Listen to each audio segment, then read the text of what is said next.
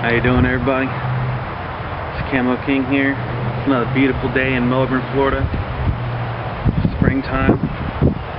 I'm out here in short sleeves, man. What we're going to be doing today is primitive trap videos. Well, I'm going to do a series of them. Today it's going to be on the figure 4 deadfall.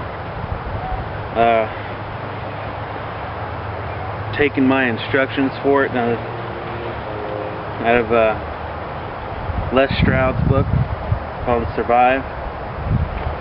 He's got pretty good instructions on it in here. I know how to build them, but figure I'll just follow the instructions in the book, see how well it comes out for y'all. What you're gonna need is to make it is 3 sticks, 2 that are approximately the same length. They don't have to be the same length. One can be shorter. Want them to be pretty thick, and you're gonna need a longer stick, thinner stick to use as a bait stick. You're gonna need a good sharp knife. Now, I know this is a kitchen knife. It's all I have right now. But you want to make sure it's sharp. You'll cut yourself quicker on a dull knife than you will on a sharp knife every single time. You want to keep a whetstone, or in my case just a sharpener around, keep the knife sharp. And anytime you go into the woods, you're going to want a small saw with you. Essential. You can't go into the woods without a small saw. And I don't really have one right now, but I do have this old saw here that I'm going to be using today.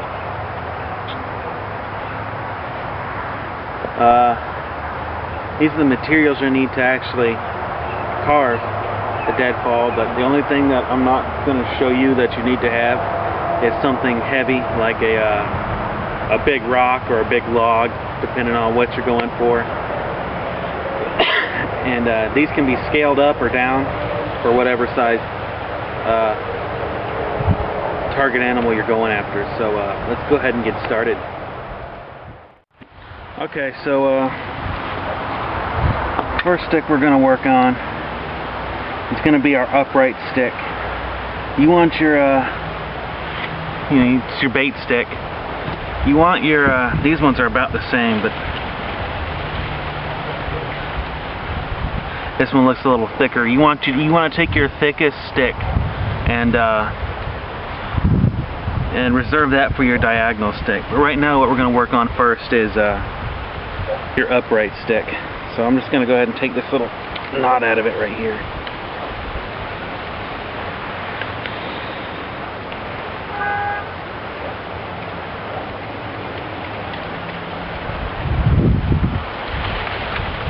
Alright. What we're going to do is we're going to take this upright stick and we're going to keep this flat on 2 sides and just make it look like a flathead screwdriver. So we'll go ahead and do that.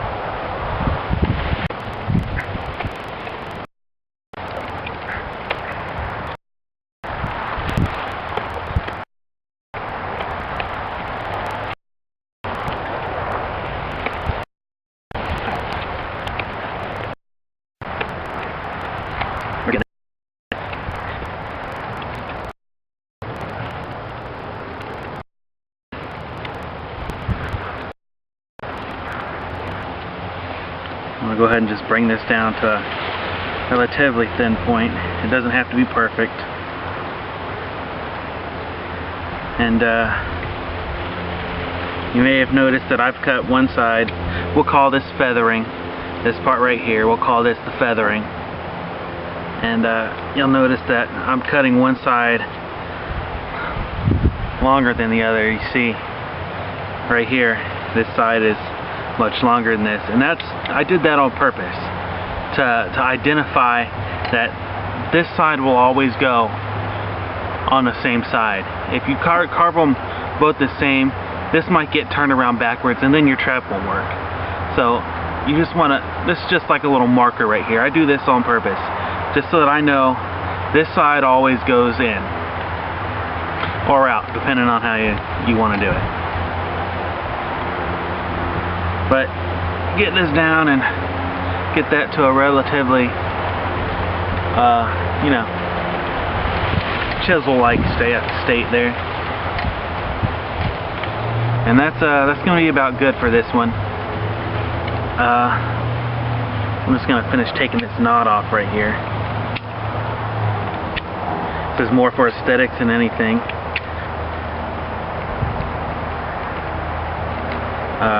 So, you know, I didn't have to take that off, but it's one of my pet peeves. There's more work to do on this, but before we actually do that part, we have to carve our other sticks. So we're gonna set this. Oh, before I do this, something I like to do personally is to round this bottom off so that it's not sitting flat on the ground. In my experience, this kind of makes your trap a little more touchy, so that the stick can fall off to one side. If you just kind of leave it flat like that, you know, it's sitting firm on the ground, and there's a chance that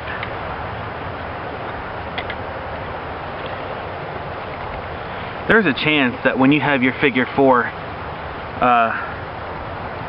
set up, that when it gets tripped, okay, and your weight is here, there's a good chance that if it's not set up correctly, this stick can just stay here and your weight will just fall down right on top of this, and just while your trap has been tripped, this just eliminates any killing power you ever had and just lets the animal get away. So I like to round this off, or bullnose it, as some say, and it doesn't have to be completely round, but